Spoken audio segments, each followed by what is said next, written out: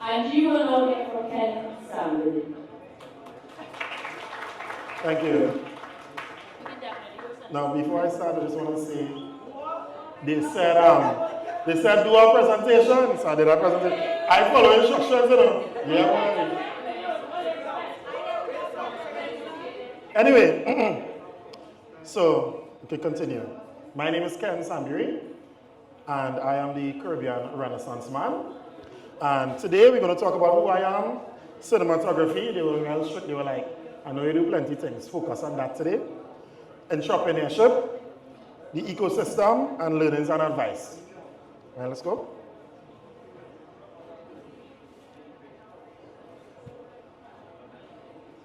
All right, so I'm a cinematographer trusted by artists, brands, and couples, founder of a company called We Island Games, founder of Empire, as Ayinka said. Big up Ayinka. Ayinka, I really like your outfit, like the orange and it goes well with the logo. So really cool branding. We could come back to that just now, but I needed to commend you for that. And this is like a shot of me on set. I think we were doing a music video with young brother. I have a little snippet of it in this presentation. We can get audio for the presentation now. We pressure in the camera, no? How you gonna play the videos without audio? That's like half the, you know. We'll just imagine. All right, let's go next. All right, so this is, you can press play.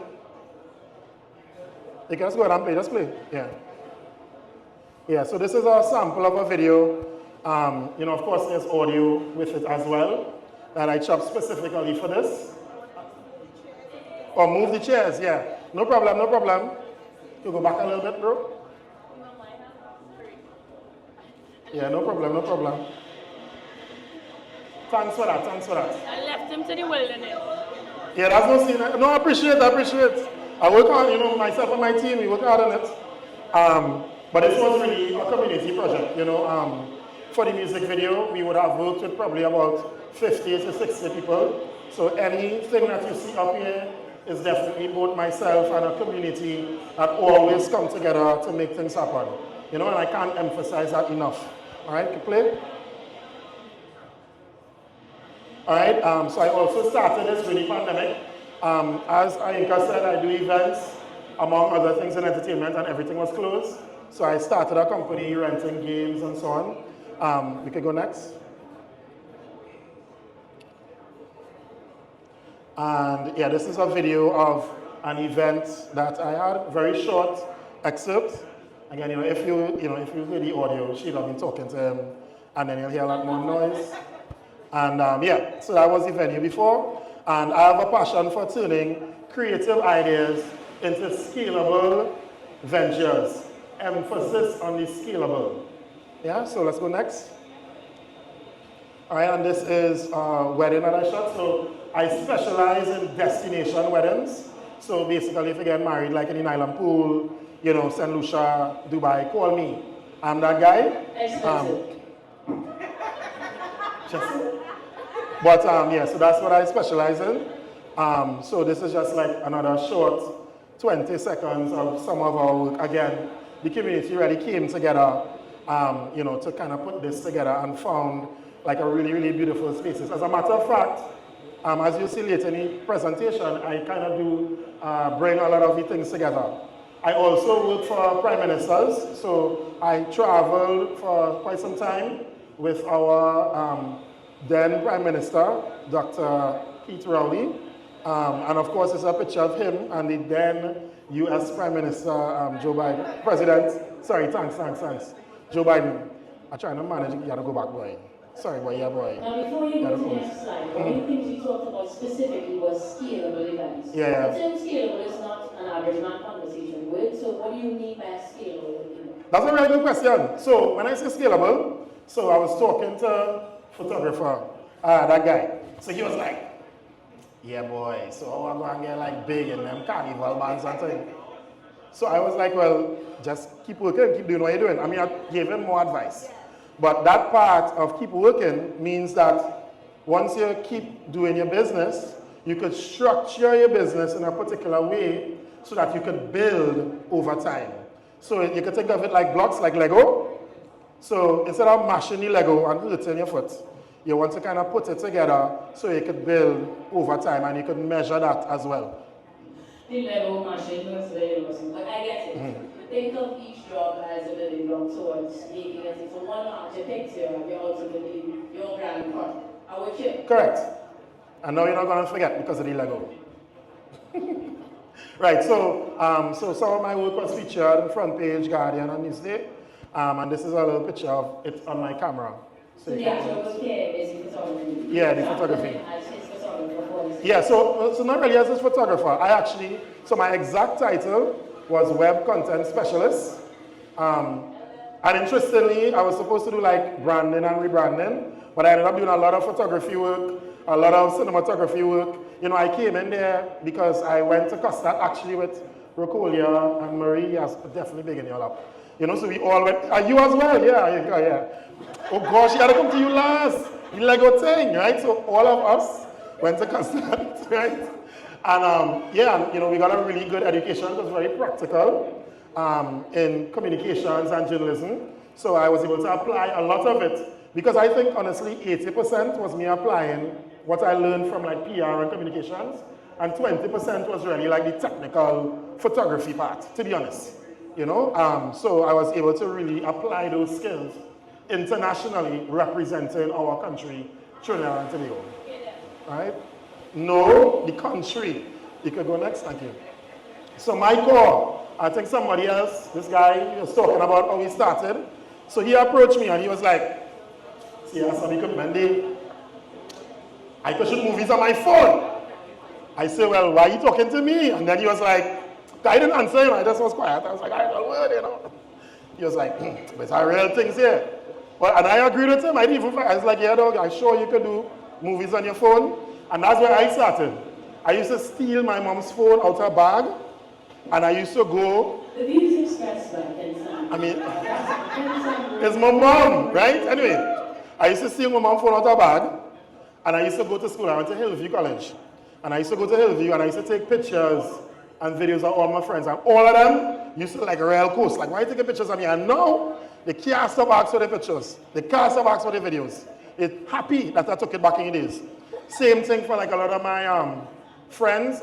I always have this running joke with my friends. Like, I'm just waiting for them to get famous because I have all of their content. Ayinka included, Rocolia included. Yeah, you too. I have no shame. It's not. No, it's not. So whenever Ayinka get big, she'll check me on. I had her footage from when she was in school. Bigger. Bigger pockets. Yeah, so built a reputation in weddings, music videos, commercials, storytelling through visuals. So I was able to take the credibility that I would have earned and I would have converted that to income. So it's very important to build credibility. So you see the time that you reach, you see how you talk to people. And I always say, I have this motto, like, it's not really about if you mess up or not. You're going to mess up at some point, but it's how you deal with that. That is most important. And that is what allowed me to get most of my jobs and keep the jobs.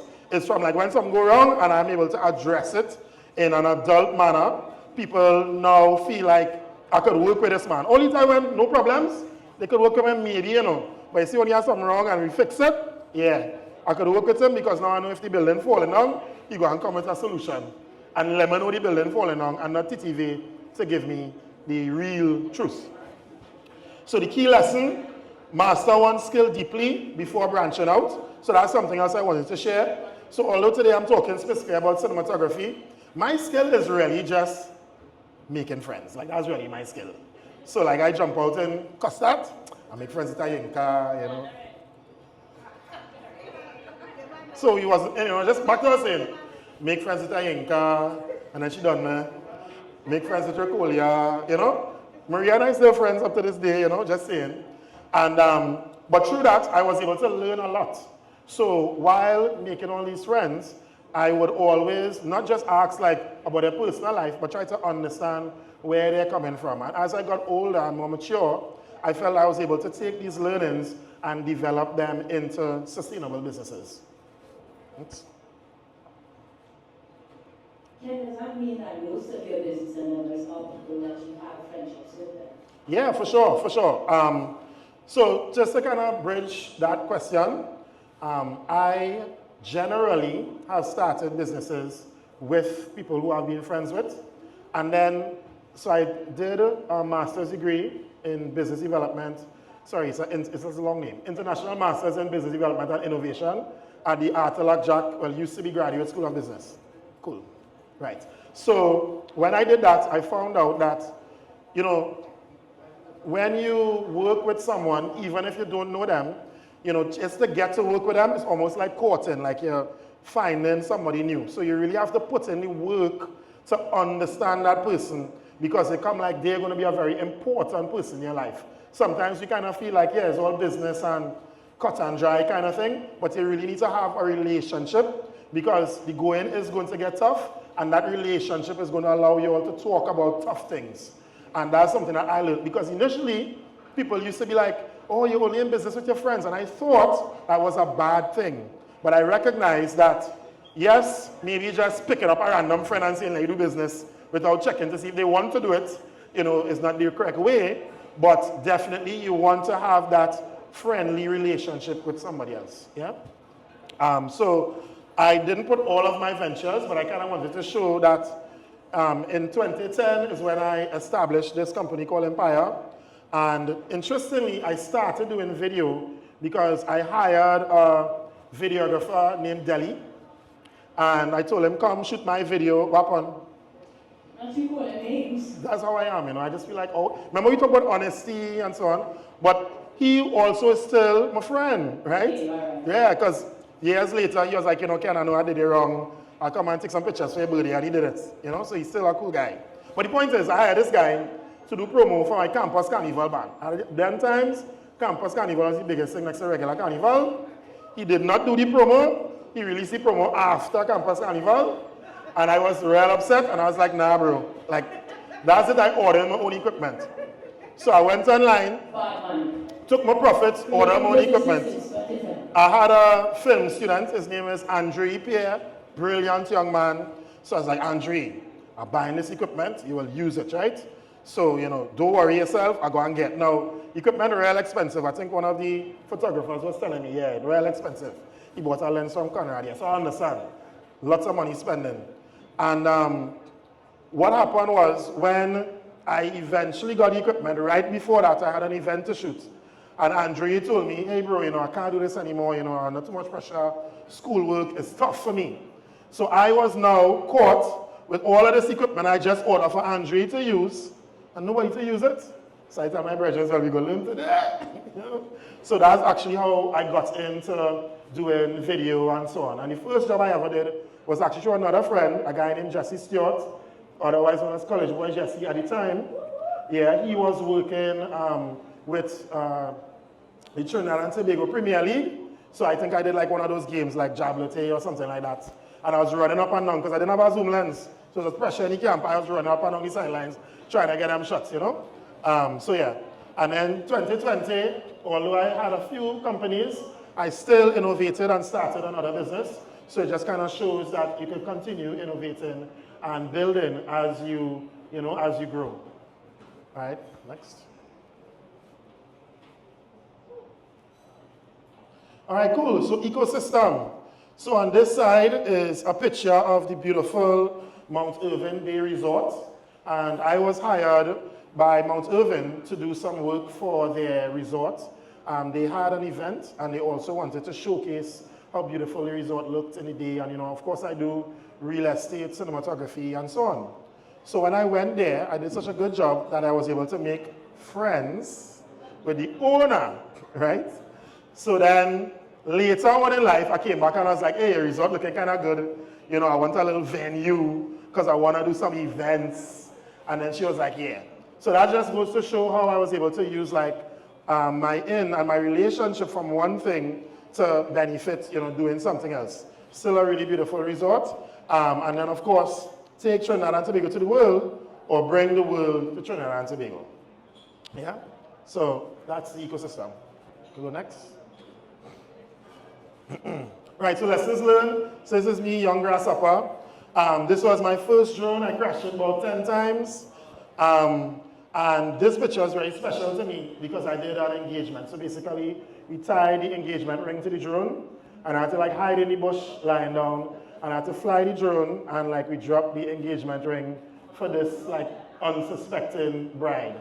You know, it was really impactful. It got a like one to Inca. I just say that you lost her, it was a whole different career path. No, but that's the point. That's the point, you know. You know, and that's another important lesson. You're going to have those opportunities. So like everybody, you always have a chance, you know, and a lot of times they might be in, like, the chance probably going on all now. The person that you need to work with, you probably already know them. But then they come in to check me in the corner and say, hey, what are you going to do, boy? What are you going to do? Probably already there. But you just have to, like, seize those opportunities and don't mess it up. Don't lose nobody engagement ring, and all will be well after. Yeah? So passion fuels you, but systems sustain you. So you definitely want to have your system. I think somebody talk about Zolo books and Setmore. I used to use Setmore to book my barber. I'm not seeing the barber, yeah, to book my barber as well. You know, so yeah, definitely you want to have those systems so that you can build, remember the Lego. Your side hustle can create another hustle. Collaboration expands your reach, and you want to treat creativity like a business. I always say you make as much money based on like how serious you are. So if you're serious about it, then your business is going to be serious with you. Yeah? And I am testimony to that. I would have left, so I got my dream job, quote unquote, like in advertising probably about 13 years ago. And I was able to leave the job and work for myself and eventually hire others. And now I've been able to like purchase properties, you know, vehicles and so on through my business. So like it's real, like it's a real thing. With our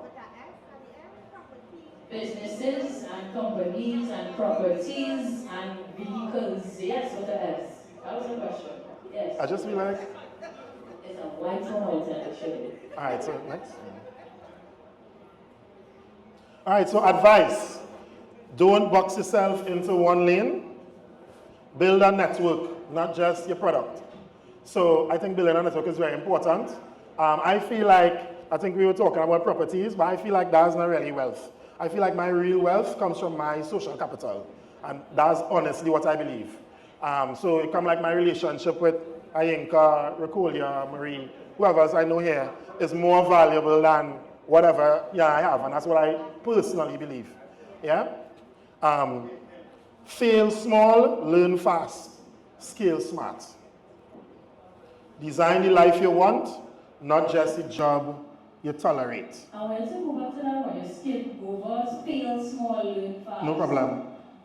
Small to you might be massive to somebody else. No, and that's true, you know, because here what happens, right? When you're in the moment, it's always feel like the end of the world. Like I feel like every year, I have one of them end of the world, like, I don't know, I'll just be like, but I didn't feel like this last year, like, again, like we're in 2025, like, what's going on? Like, wow, you know? But what I mean by feel small, this actually comes directly from, there's a textbook that I did when I studied my master's, it's called the New Business Road Test. And also there's another academic theory, which is called the Lean Business Model of doing business. So you all could like Google those two things.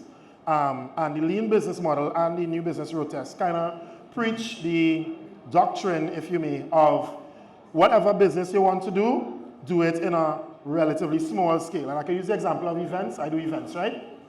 So, I'm supposed to talk about cinematography. So I do cinematography, right? So let's say I want to do a video and I want to, let's say, film a large carnival band. I was talking about that with one of the gentlemen over there. What I would first do, I would go to like a kiddies band, a small band, and I will try to do the best job ever. Like a filming for Tribe, and this is Carnival Monday and Tuesday. And I mightn't succeed, but that's okay because I could go again until I get it right. Yeah, so that's what you want to do. So you want to reach up there, but you could get working now with what you have, with the clients that you have, right? So you want to learn fast, and you want to scale smart. And that's also a testimony too. Okay, so you do the Kiddies Carnival band, all right, so probably now you move up. I don't want to call no big band name, but you can move up to another big band that may not be as big as the biggest big band, whichever that is in your opinion, right? Now you had to be politically correct out here. You said Trevor. Yeah, so yeah. No, I was using Tribe as an example. But I'm part of Tribe, so playing Tribe, all right, yes. Oh, Lush, right. Yeah, go next. No, it's not. Right, so cinematography open the door, but entrepreneurship build the house. So when I was over there, a lot of people were asking me like, so do you fly this drone? And I was like, to be honest, I didn't fly this drone in a while now. But I know how to fly it. And I had to explain, when you see my work and you see me, it's not really me, it's my team. That's why in the picture before it was me sitting around a bunch of other people, dancers, other cinematographers. I actually try to always hire people that are better than me. So if you see somebody rolling with me, probably, them aptitude score above. So I think it's really something that is really important to understand that. I know when you start off, I think somebody spoke about like it feels like you're doing everything, but I also want to say you want to work yourself out of that. You want to work yourself out of doing everything so that you can come and get this presentation with any team home editing videos now, boy, in the office. So I go and get my videos on my WhatsApp and send it to the clients when I'm done. So like that's what you want to strive for so that you can get your stuff done while you're doing other things. Because you want to get your life, you want to live your life how you want to be on permanent vacation. You understand? So that's what I encourage for everybody here. So like buy yourself the time and definitely work with others. And I have one more comment to make, which is everybody cannot be an entrepreneur. So I feel like every time I go to like an entrepreneurship group, it's always like, be an entrepreneur, build your business, which is good. But like I let you know straight up, anybody working with me, go and get rich. And you could work with an entrepreneur as like work for them and be rich as well. As a matter of fact, you could work for somebody and be richer than someone who is having their own business. So I want to make it clear that when you're choosing your career path, you don't have to be an entrepreneur to be rich or to have that freedom. Yeah, you could work with or for somebody else. So I just want to make sure that I will extend on you could that do both. because it's a good segue to introduce our next two panelists. Who do not have presentations, by the way? You don't have to do this. But they work with people. Namely me, can you have to stay on your stage because you're going to be encouraged to have questions, feelings, towards you. And I will ask them to join on stage again as we introduce to you. So can you see someone? And we will have the next carer join us on stage as well. An example of someone who has worked with his friends, worked with people, and is in many spheres an entrepreneur because he is the voice, quite literally, as well as production-wise, behind a number of ads that you may hear on the radio, because of many years in radio and advertisements. So this is Tristan joining the panel this evening. Yo. I didn't have to want to show us that exploit as well, nothing is off limits. What's he saying? He will not fall off this stage. Whenever I fall off the stage is alright, it's a little short, so Really good. I'll survive.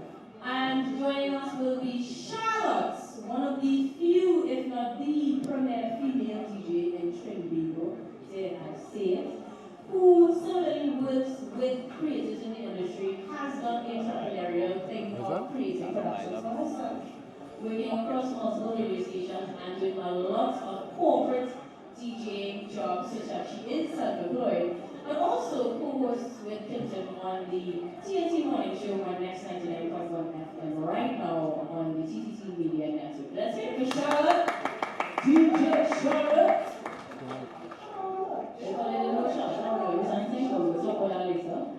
So that Charlotte can give you insight from the production side of things quite literally, as well as a very unconventional career path. Because I imagine telling your parents, after years of secondary school, that you want to be a DJ was not an easy conversation. So it starts with you, Charlotte. What was that, first of all, path like? Was it the thought of, I always wanted to get a DJ and decide that way, or something else? Good evening, everyone. First of all, my parents, particularly my father, God rest his soul, when he found out that I was DJing, he was like, where you going this hour, wearing that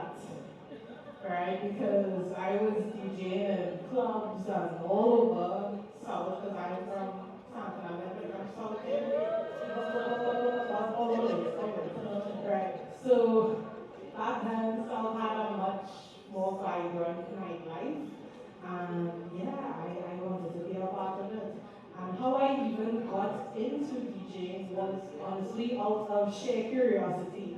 My brother, he was on all the party committees and whatnot. And I remember I used to beg him, I used to be like, please, take me with you. I was 15 at the time. So you can't really go to the club when you're a teenager. And music stress. Right? But I mean, I found a way. And I remember I begged him one night and he was like, all right, cool, I will take you to the party. But when we get there, you don't know me, I don't know you. We will meet back at a certain time. All right, cool. So we are in the club. This is Edge. If you know about Edge nightclub, they used to be very good on a Friday. And back then, the DJ, yeah, sorry, they're not around anymore. They're not anymore. Okay? Sorry. So back then, DJing was real starboy kind of thing because they had a lot of sound systems. So they had groups like Excalibur, Associate Degree, and all of these, yeah, all these big groups. And they used to come down south, and it was like a big deal. They would come with a whole entourage of people and whatnot. And I remember being in the club, and I kind of small up in the corner behind the DJ booth. Nobody knew I was there because I was really tiny.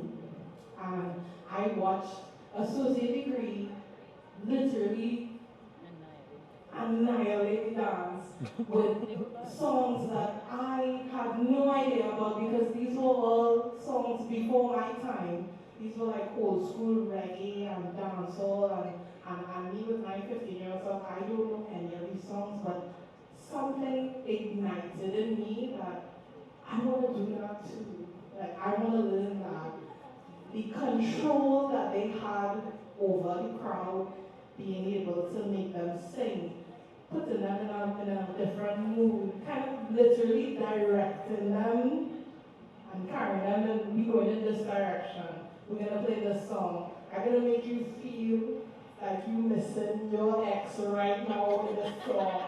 And I was mind blown. I was blown away at how they were able to do that with music and being able to speak to a crowd.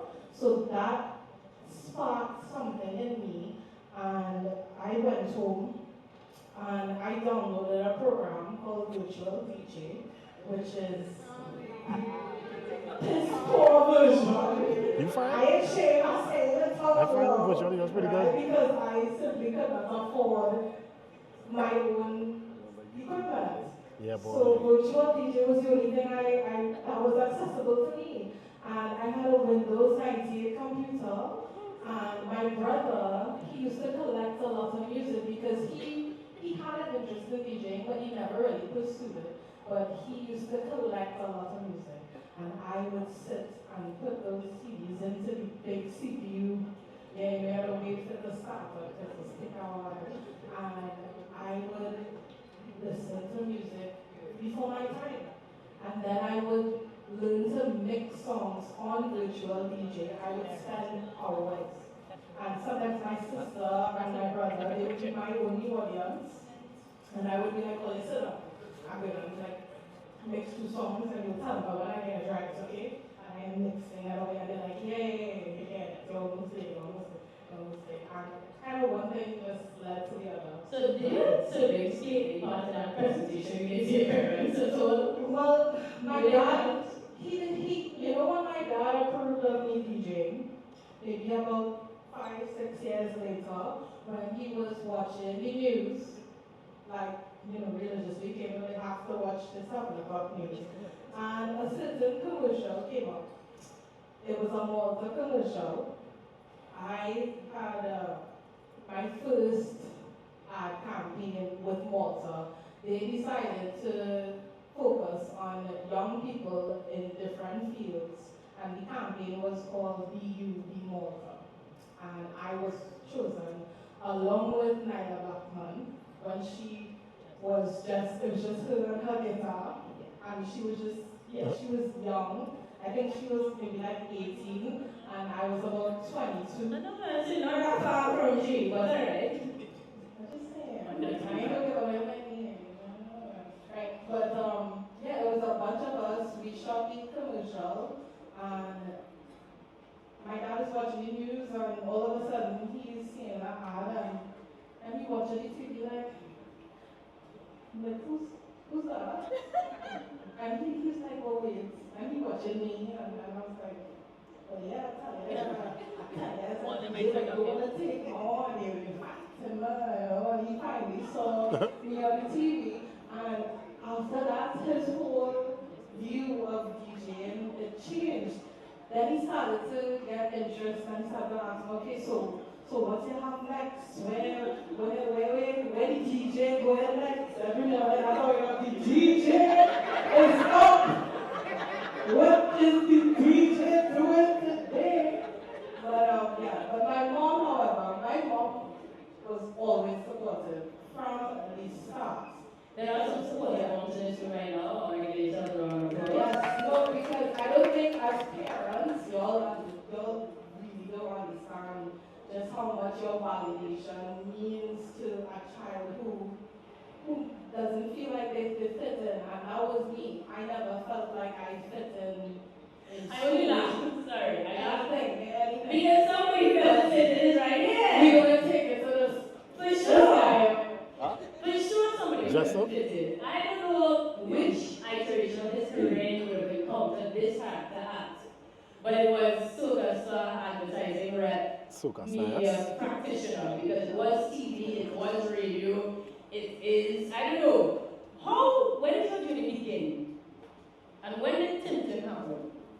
When did Tintin happen? And we'll bring Marsha. Good night, ladies and gentlemen, how are you doing? Alright? Yes, if you come here to take a pocket and say, yeah. That is it, Lord. Starting school. Where son? Just a moment. Well, you see, I was very fortunate. When I met a lot of people might be a little upset right now, but I was blessed to go to one of the best schools in Trinidad and Tobago. And by that I mean my alma mater, the greatest magnum, as Queen's Royal Composition. Look at that. Yeah. CIC colors on the go. St. Anthony's colors, Fatima colors on the go. Yeah. But where I started, boy, well, finishing school, I went to a Seventh-day Adventist primary school. So I grew up a Seventh-day Adventist. And every Friday, you didn't know that? No. Yeah. Every Friday, if you go to a Seventh-day Adventist primary school, your school finishes at 12 o'clock. And everybody has to go to church. Now, I love church, right? So when you go into church now, everybody not only have to go to church, but everybody have to go in the choir. Everybody. Man, woman, boy, child, everybody. So my entire primary school, from infants to standard 5, I had to be in a choir every Friday, learning how to sing and doing all of these things. But growing up when I'm a child, I was born in the 80s, grew up in the 90s, and growing up then, the world wasn't as open as it was today to people who have talents like I had. So going to school, yes, you could sing in school, but when I left primary school and I went to QRC, it didn't have none of that. You can't sing there because they're watching your money, they're thinking, whatever. And it's so funny that the guy that sat down next to me, I never knew that he could write music and sing as well until I saw him on stage writing for Marshall, Montano, and everybody else. And he took the mic and he said, "Hi, my name is Kevin Hart and I am full-blown entertainment." He sat down next to me for 5 years in QRC. None of us knew each other could sing. None of us knew that each other could write anything until we left the school, right? And so that was going to school, so I never really figured it out there. And then after that, I went to Direct One. Anybody ever hear about telemarketing? Yes! Yeah. Let me hear that telephone voice. Well, first, my parents tried to do the normal thing, when they come up and they went to QRC and we go to school with a lot of people who talk like this, and oh my gosh, guys, and all that kind of thing, and right? But me and I don't want like them. So my parents tried to send me to school, so I went to London to try to fit into London, and I actually had to live with my cousin for like a year over there, going to school. I started A-levels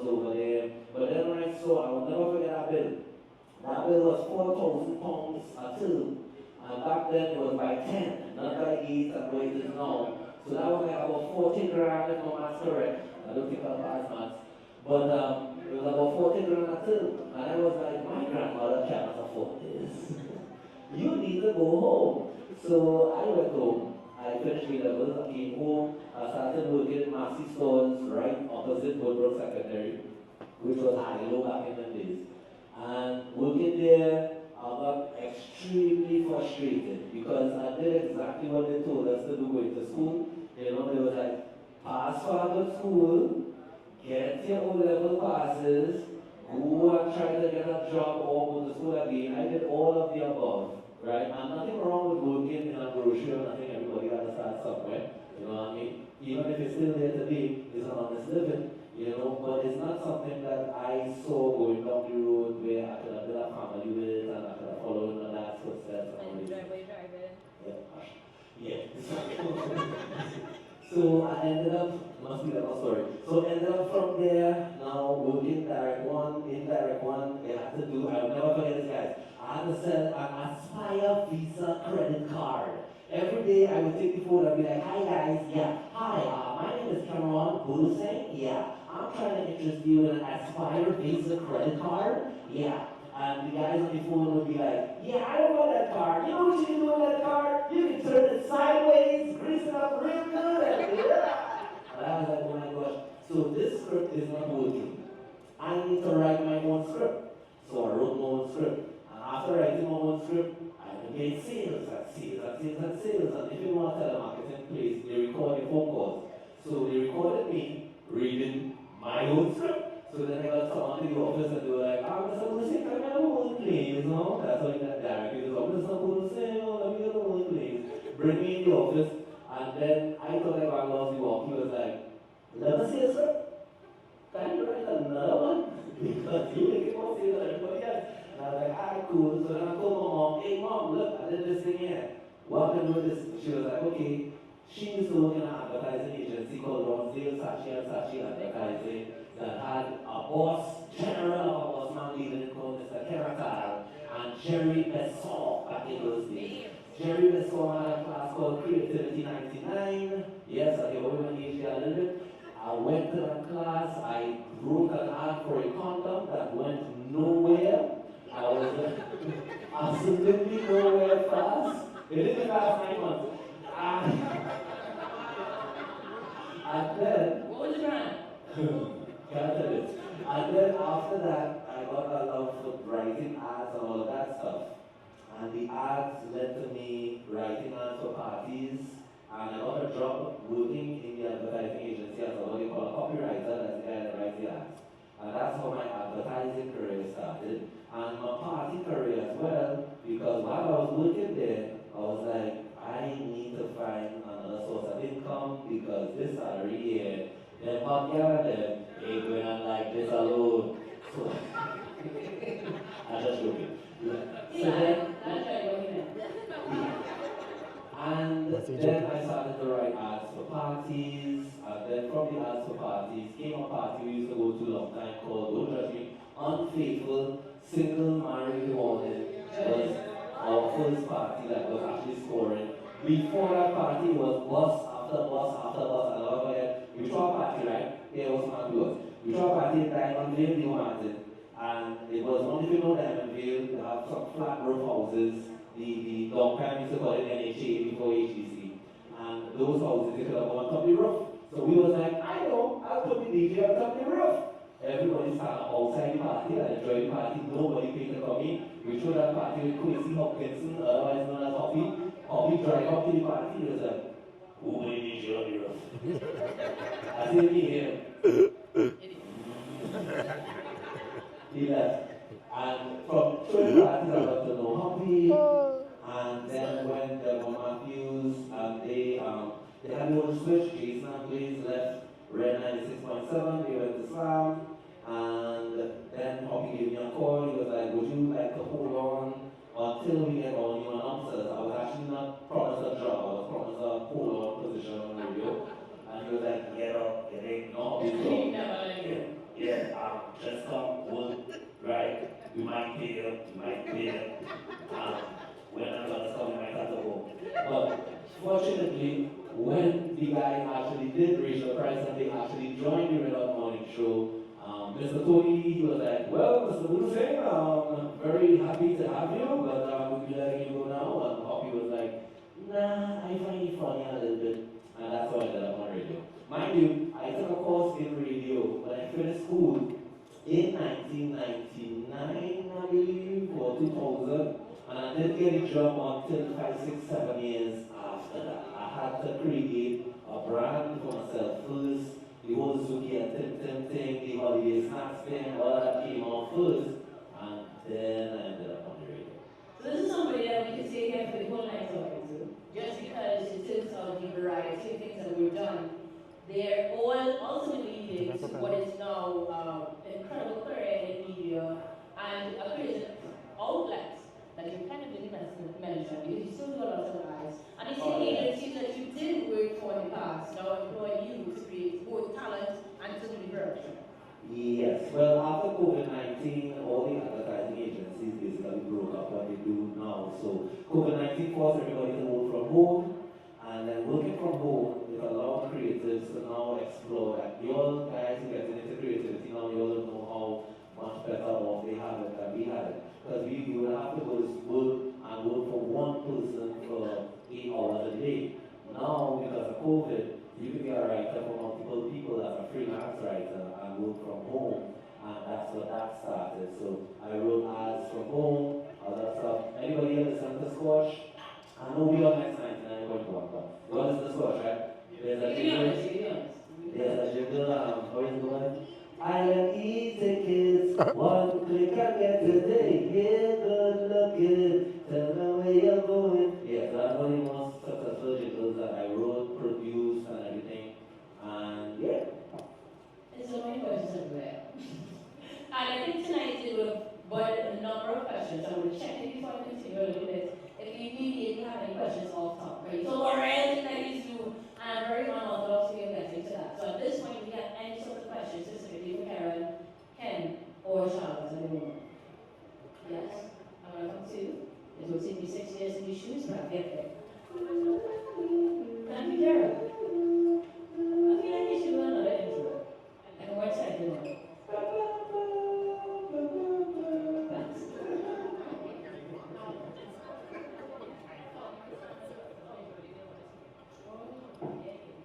Yes. Hi, Simpson. I mean, hi everyone, but to you, Simpson, right? Because you're sat there talking, and you make it seem okay because as people, you will be doing one thing, and then you have this, oh, I wanted to do this. So we talking, and I'm saying, I never did my radio thingy course. So you could name somewhere that you could go. Of course. Percy Parker, IEC Institute of Broadcasting Careers. Yes, that's where in Belmont, I believe he still is. He not moved. I don't know where he went, but he's very Googleable, right? So if you just say James, yes, Percy Parker is the owner of the place. The name of this place is the Institute of Broadcasting Careers. There's also Star Broadcasting, run by Mr. Nigel Nicholson, who is also quite good. And what these courses do is they give you a course in announcing, they give you a course in script writing, and in DJing, all in one, so you just choose where you want to go into. No problem. I will answer that because Nigel has also expanded to include podcasting and vlogging as well as these budding industries.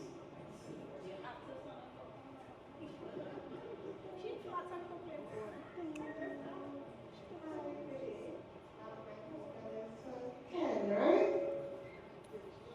Okay, so you talk about the games, but you just kind of browse over it. So I wanted to know, is the games, is it an experience or is it a product as well? That you create your own games and then you have the experience playing games? All right, no problem. So a little bit of both. During the pandemic, we invented a game called Lacqueray, and we're currently in the process of getting it patented and exported. So that was one. And actually, I want to say in Trinidad and Tobago, we have a lot of access to things here. So I would have used, like they like made use of certain programs through the International Development Bank, and they would have really, given a lot of like support to that particular venture because it's like something. Once you have a product that you can like export, there's a lot of things that you open yourself up to. So that answers the product side and also some of the support that we have here locally, like a lot of support. And then there's also experiences because obviously I do events in general. So I also do game nights or like team buildings for companies and stuff like that. Birthdays and so on. Okay, so is the game the product? Is it that you offer a service to design the product, or you would just recommend somebody that one would be able to design their product with? Right, so we have never offered that as a service. However, we're open to it because, like business is about pipelines. So it's one of those things where it's like, I'm going to get married in November. And after I get married, I feel like, no, I could do... Well, just like, for real? Yeah, for real.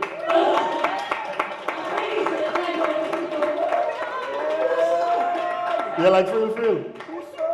So, But as a friend, I didn't even know this. oh gosh, just relax yourself. Anyway, carry on. If you're done, man, custard. Anyways, as I was saying, but like, because I'm doing that, now I'm saying, well, probably depending on how I feel about the experience, planning this, I could plan other people's weddings, So like, I feel like because I went through the whole 9 yards of bringing the product from conceptualization to life and then now trying to get it to be like mass produced and exported, I feel like once I've completed that experience, then I would have the authority to come and help somebody else in a boy. And I really advise that, like, do your thing, and then once you're good, then, like, even with sponsors and things, I do my event first, no sponsors, and then go buy them after. I'll be like, hey, see what I do? Yeah, so I'm. Which is a very good measure because they're going to ask you what it means, why should I do it, and you have the time. Yeah, and I'll be like, sales. Sure. 10 cases. Before you go any further, and before I answer your next question, I will come to you, sir, but I do want you to explore or expand a little bit on the IDB grants, because entrepreneurs, we often are faced with the challenge of capital, starting up. Any endeavor requires money, and sometimes, as he puts it, if it's something that is exportable, specifically because it's indigenous to Trinidad, Correct. International banks and entities have funds, literally, money sitting on it, waiting to find projects that they can invest in. So how did you find out about the IDB grant that helped you to fund your Right, so I must say kudos to a young lady named Shadi. Still, you know, I'm the name caller here, right? So I just like, real names coming out. So what happened was, of course I do events. So as part of having events, I'll have like a committee. Hey, that would anyway, like a team of people. But we'd be like a little family, right? And she would have gone to Jamaica to do her master's in communications. So, pandemic came, everybody had to like come back or whatever. She finished her master's. And I was like, well, girl, let me work together, I had to work, you had to work, hey, two peas in a pod, right? So I was like, every day, just write proposals, go in the newspapers, see like if you could like write proposals, see if there are any like opportunities for us. And then like she was like going through her newspapers or Googling or whatever, and she found this like opening, basically it's actually annual, where you could like apply. So she did like all of the paperwork and stuff. Again, remember telling other people. So while I was, doing whatever else I was doing, she was doing that. And then I was the one who had to like focus and be creative in, well, I had already invented the game to play with my friends. And then she was like, hey, this particular product that you have, it could work for this grant. So I think that's why for me in my like talk, I emphasize working with other people so much, because I know for sure she has a really a really great career working with other people as well. So yeah. Fantastic. So your network definitely helped you in that endeavor. I want to encourage everybody to Google certain things. IDG is an abbreviation, but that is one entity that IDB, just IDB, sorry. yeah. Yes. Kariri as well. Kariri. Yeah, definitely. So follow Kariri. There are a lot of like free resources. They actually have like entrepreneurship, like advice and mentorship and stuff. Correct. I don't mean to cut you guys. NEDCO, we're adding a list here. NEDCO is another institution that actually offers a lot of funding, training, and similar networking opportunities that you should explore as well. Most government ministries across Trinidad and Tobago also have special funds allocated towards particular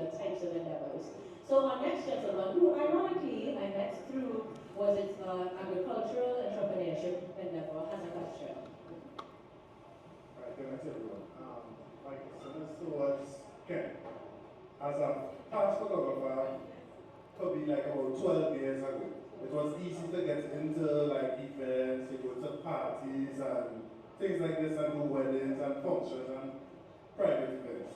How it is currently, is it as easy as it used to be, say 15 years ago, to get back into photography and videography?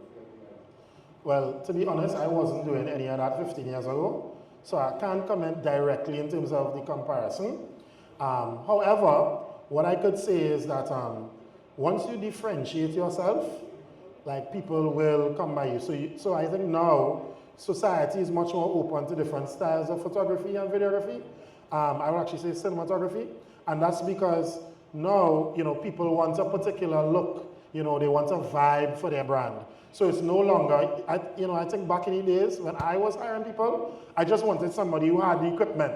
But now, just as my boy who going Compre said, everybody has a phone, right? So now I feel like people want you more for like your personal vision or how easy you are to work with. You see them two things? You see the second thing I talk about? Being reliable, answering your phone. Just honestly, if you answer your phone, you get through. I'm not exaggerating. Yes, people say real, true story. So if you want to get back in, just answer your phone. Because back in the day, basically, I used to work on the right and so advertising and promotion. So we used to do advertising and promotion. So when the promoters go out, I as a photographer, I used to go out to all the events and all these kinds of things, like right now inclusive range all because I used to go to a lot of events, and from the events I used to get to weddings, engagement parties, and it was pretty easy to get your way into it. But I just thinking about career enter it, how it has evolved. Yeah, well, so I'll tell you something, right? I feel like I read in between the lines a little bit here, and the word that struck me was re-enter, right? And I'll tell you like my personal struggle. So before the pandemic, I would have these large parties, and I would have been growing my brand on a particular trajectory. I was looking to do as well as anybody else in the event industry. Everybody's taught in the industry, so I can't call names for that one, right? But I want to do as well as whoever you feel good. And I felt like when the pandemic came, it was at the worst time for me. Because I felt like every single event, I had like 8 events a year. And all of them were popping. All of them were different concepts, unique. It wasn't like every week is a Juve, it was different things. And when I had to like come back out, well, first of all, when the pandemic come back out and people were doing events, I was like, nah, not a night flying. I just decided to fly with the PM and so on, right? And then when I finally, because people keep begging for the events, I finally went back into it. It was and is still very difficult for me because I had to be like, way boy, I had 3,500 people in 2019, but now I had to go and beg Charlotte to come and play for me. Charlotte, please, give me a little 2 minutes. Beg Tim to come and host. Beg, no true story. So I trust me, it is tough to re-enter, but what I learned though, is that you're not starting from scratch now, boy, So like whatever you did before, some of those same techniques could be applied today, but you have to adapt. So like I didn't bring back all the events automatically. I say, well, probably this could work. I go shelve that for now. I go change this up. I go find some new people, message back some old people, So you kind of had to work with it over time, and I had to also learn to be patient. It's not an overnight thing. So that's my advice to re-enter. Thanks for the advice. I do want to have both Karen and Charlotte add because in many ways. Because I was just going to ask you want to re-answer, do you do videography or only photography? He does both. But let me tell you something. 2025 content is everything right now. Everyone is looking for content. For sure. They're looking to post on their Instagram, they want a reel, whether it be 15 seconds, and people are always looking for a videographer, either photographer. So getting back into it now would be a great time. And the good thing about, if you put out one quality reel, people will literally come to you and start to ask, okay, can you do a video for me? I have an event coming up, I have a brand Let me I add want to briefly when she's propose. done. So definitely, I would tell you the videography right now, get into that. And make sure that your quality is on and popping because I don't think we have enough videographers. Yeah, no, for We sure, for never sure. have enough Yeah, that's what. videographers. Let me comment on that. Honestly. Can you have what? No, like, this is such a true story. Let me tell you what this is. Like, you can look at any successful videographer, cinematographer, their social media page dead. And I'm not even exaggerating. It's because when we get time to post, like true story, like you post it, if it's like a collab post, you know, like Tim post, say you want to collab with him or whatever, but like, it's so hard to like keep up with your business page because people keep coming to you with jobs now. So like you find like your work is more about managing now. So like what Charlotte said is very true. So I don't know if I'm more paying attention, but Yeah. The point is oh, you too. the word to be safe and the word continue to encourage that we make something a little bit. I know I opened the floor and I do have questions on any of this side. We're good, we have one back here. I will also take the opportunity to remind you that Rhand also will be a resource that you can utilize for capital into the small business endeavors. It's part of why they make opportunity stuff. They recognize the need to support young entrepreneurs, actually entrepreneurs across the islands, and financial institutions don't always make that easy. So there are a number of resources you can explore with Rhand that are custom built to you. I'm not going to go into any of them now because we literally have consultation with simple clicks or calls, and of course those contacts are going to be on your screens. So that before the end of tonight, you can make sure and make that happen. But for now, we have another question. Thanks a lot. So, I have a question for you, Charlotte Amazing, by the way. Yes, I have one more question for you. And when you said that you have Charlotte, Charlotte, be Mike there again. You know, I as well feel strongly about that in my perspective. You know, as I Clifton said, you know, fellow QRC, old boy, you understand? You know, going into unconventional careers as we promote it right now with our pockets. You know, so like me personally, if like just like how your father saw the advertisement is how I plan on with mine. I plan to go there, I plan doing, you know, going there, paying for the videos, paying for this, paying for the advertisements. And you know, once they see that, my family see that, and they're like, hey, you know, this you. You know, this you like, yeah, bro, I've been doing me all the time. Yeah. You know, so What was the question? The share similar. So like how Okay. would you say that when you got that approval, it was like a different feeling, like you know, you just fully let loose? It felt like everything that I worked for had a purpose.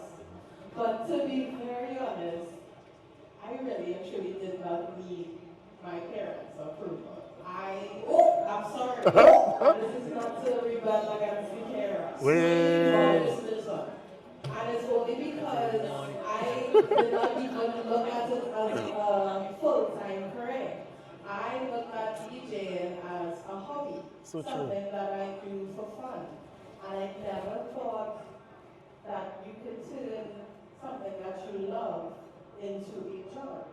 And that's what happened to me. I realized I really love this. I really enjoy doing this. This gives me purpose. It's become a passion of mine now. And I am not going to let anybody stop me from going as far as I possibly can. Because I used to work a regular, I was a OJT, and I worked in a school. I was a lab technician. And I also used to work Wonderful World before as a, that one was really didn't make us sit a lot smaller, but things like that.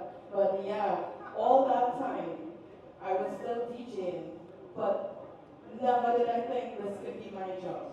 I thought this was my escape from life. As long as I played music for people, I could. But it was only something clicked in me when I actually quit DJing. I was in university and I was falling off bad, like ignoring my studies, and I said, okay, I need to take a year off to focus on my studies. And I remember exams were over and I went to a club and Alicia the Duchess, you all know Alicia the Duchess, Who also lives in Rhand, like right now. she was the only female DJ that I had any kind of connection with because there was no other woman in this. And she was DJing, and I remember being in the club and looking up and thinking to myself, I need to be there. I felt like a fish out of water. I felt like this is not where I'm supposed to be. I'm supposed to be on that stage doing my thing. And I made up my mind that I'm going to pursue this full time. So at that point, whether my parents tell me, listen, I don't think this DJ would get you, I did not care. This was what I wanted to do.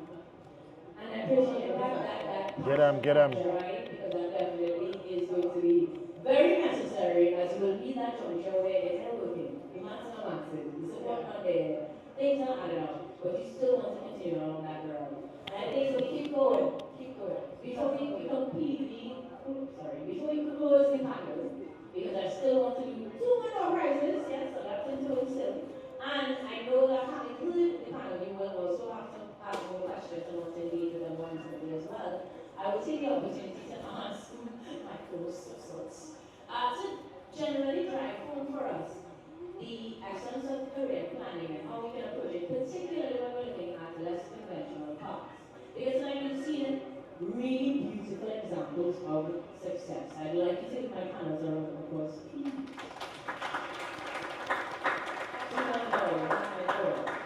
I also think that they have inspired and reinvented things in themselves. I mean, I talk to these people literally every day and I get music with them.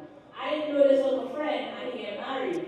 So like these conversations and types of conversations we ultimately hope are happening amongst you without research for us, so that you build that message, so that you are inspired, so that you know what's possible. And then lean into institutions like Rhand to support you through it. But all of it has to come with structure, has to come with guidance, has to come with the likes of them. You will give us this one closing remark, if you will, before we get to wrap things up.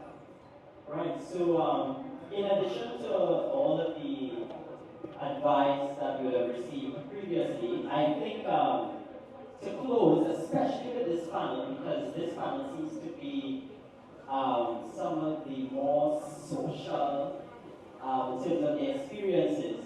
It reminds me of, I think the cutters come under too early, because I think you want to focus in on the cutters a little too much. It reminds me of a social learning theory, and in this social learning theory, I'm going to give you all 4 points which I think you should jot down, and maybe on your own in your spare time try to look at it. Because out of these 3 persons that we will hear from this evening, this social learning theory really forms the ethos of their stories from person to personality, you know? So the 4 things in this social learning theory is called the Cromwell's theory of social learning, and it's applied heavily to career development. The first thing we have here is genetic endowment, which is a fancy way to say natural talent. All right, Tom. Because, yeah, like, wait, Tipton was that boy?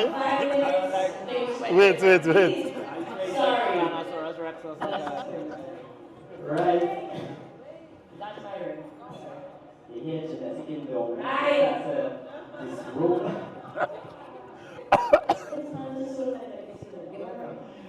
Right, so natural talent.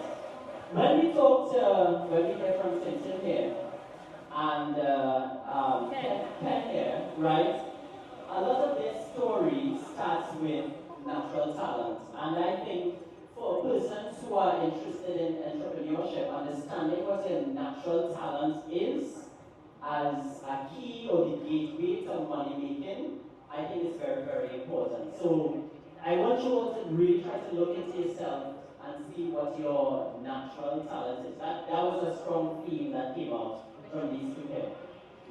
when Charlotte spoke, Batman. when That's Charlotte what? spoke, You didn't hear what your parents said, Batman. apart from not caring about what her parents said, what Charlotte's story was really about when she clicked, when she talked about the moment where she clicked.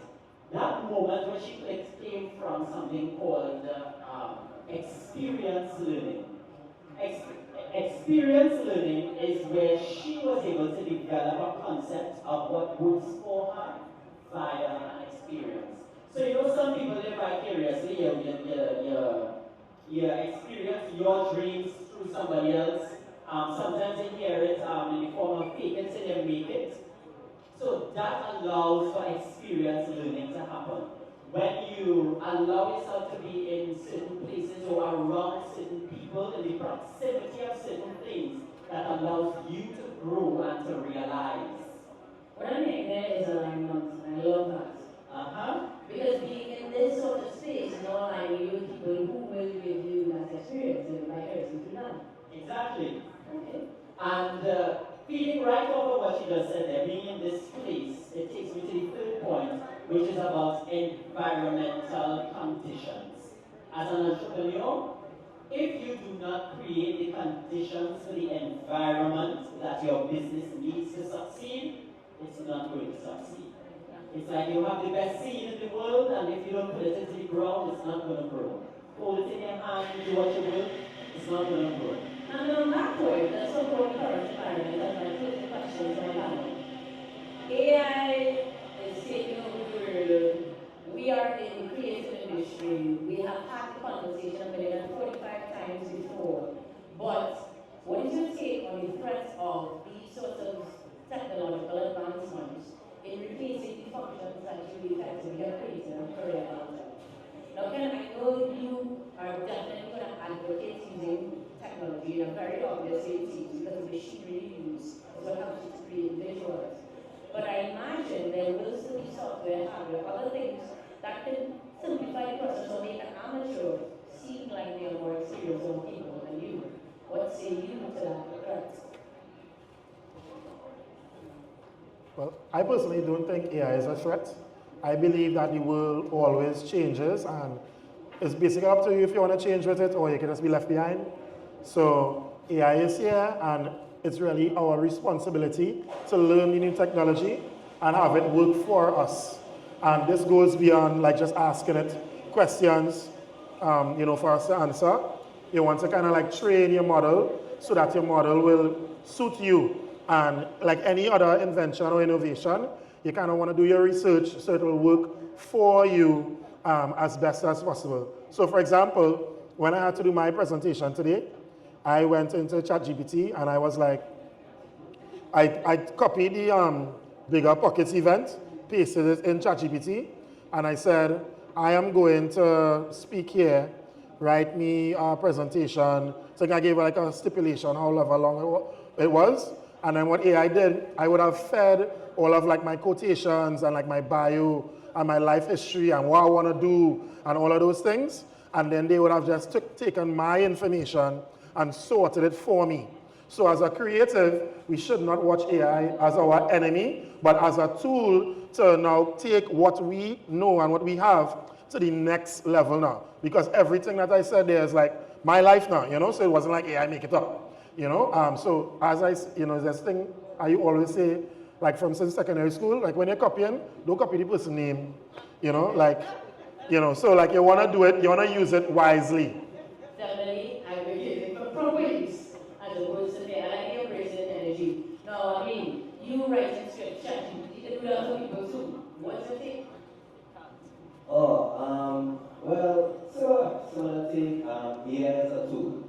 So if you look at it as a tool, and you know how to use the tool and you research it, and then you incorporate the tool into what you do on an everyday basis, and you turn the tool into your, for want of a better word, your slave, then you'll be able to put AI to the use that AI is supposed to be used for. Because Slave was the only I word. use it every day in writing ads, I use it every day composing jingles. There's actually an AI singer that just got signed to a multi-billion-dollar contract. That's not a discussion, right?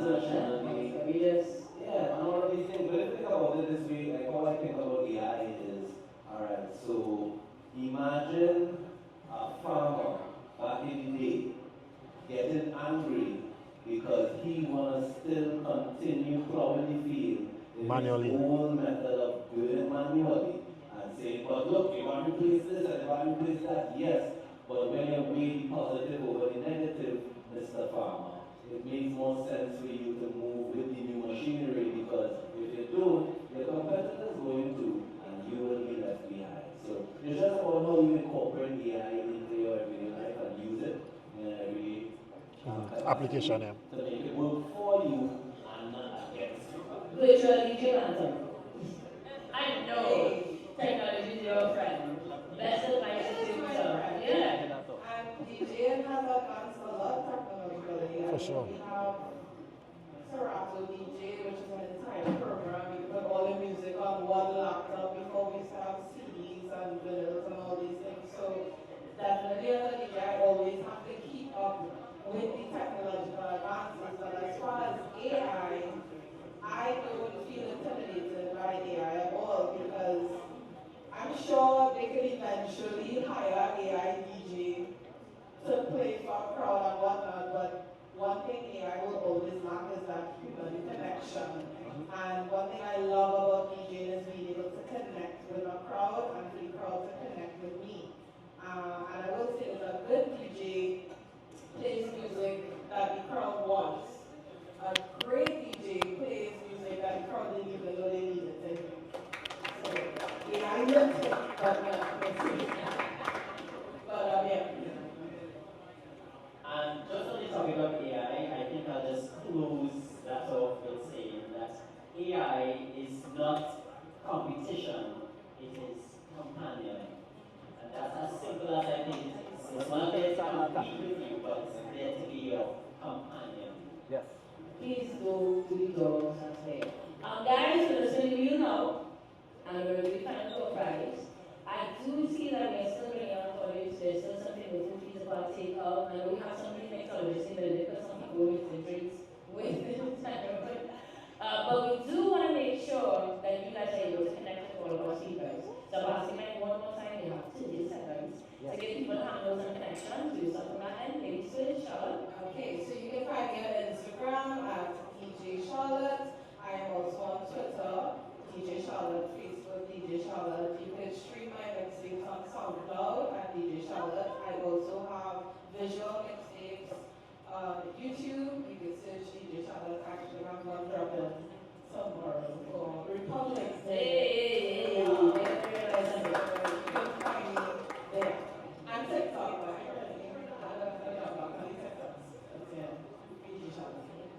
We do handles. Tim868, TIM868 on Instagram, on TikTok. Yeah. Bookface, I already use the Bookface. Everybody will argue about Facebook.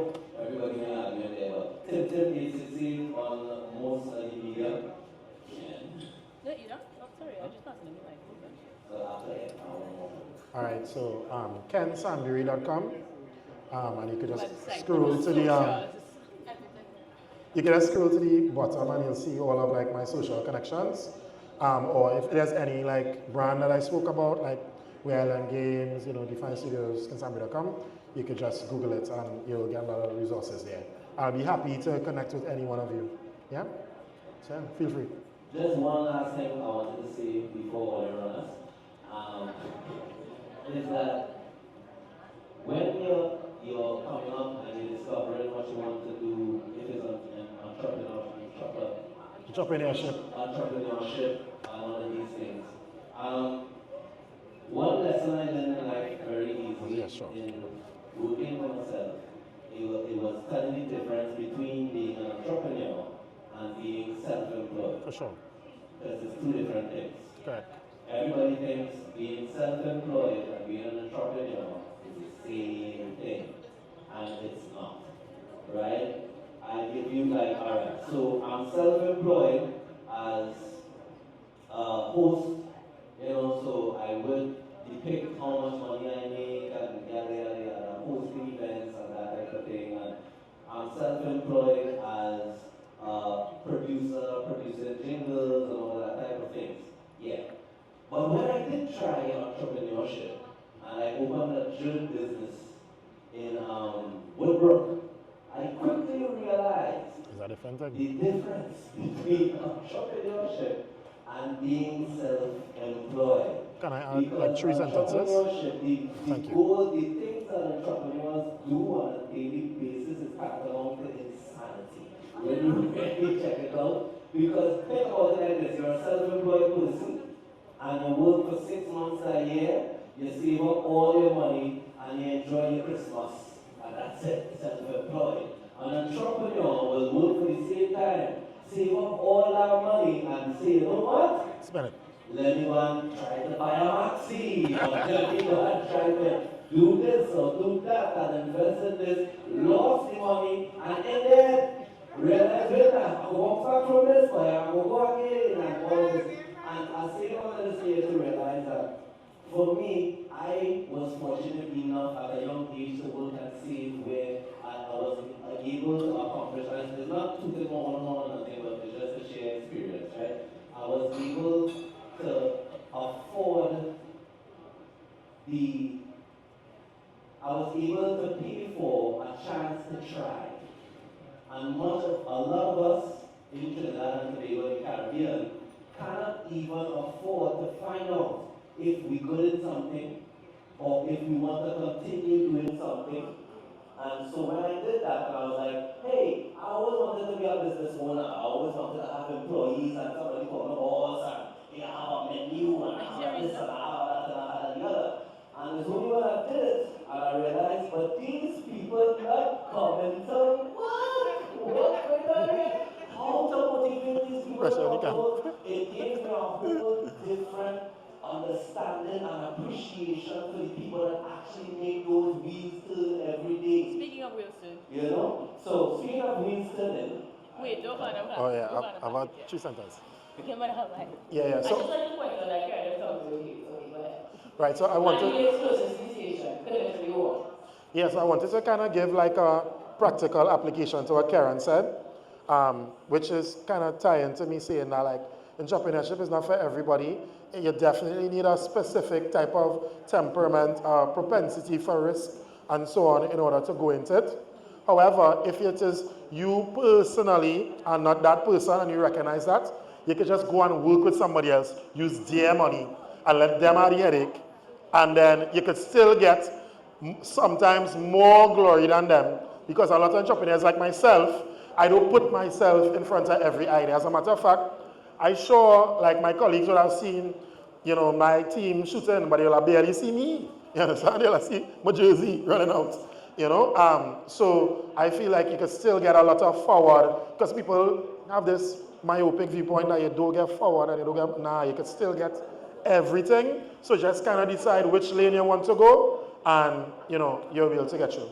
But guys, thank you very much for your time. You don't have to go home, you don't have to literally stay. And I thought you were going to look from the stage for us to real. So thank you very much to Charlotte, Tintin, to Ken, and to Dan, my actual educator, for bringing us more home, making sure that we understand what we're discussing today, so that it's not just something we experience. We literally have foundation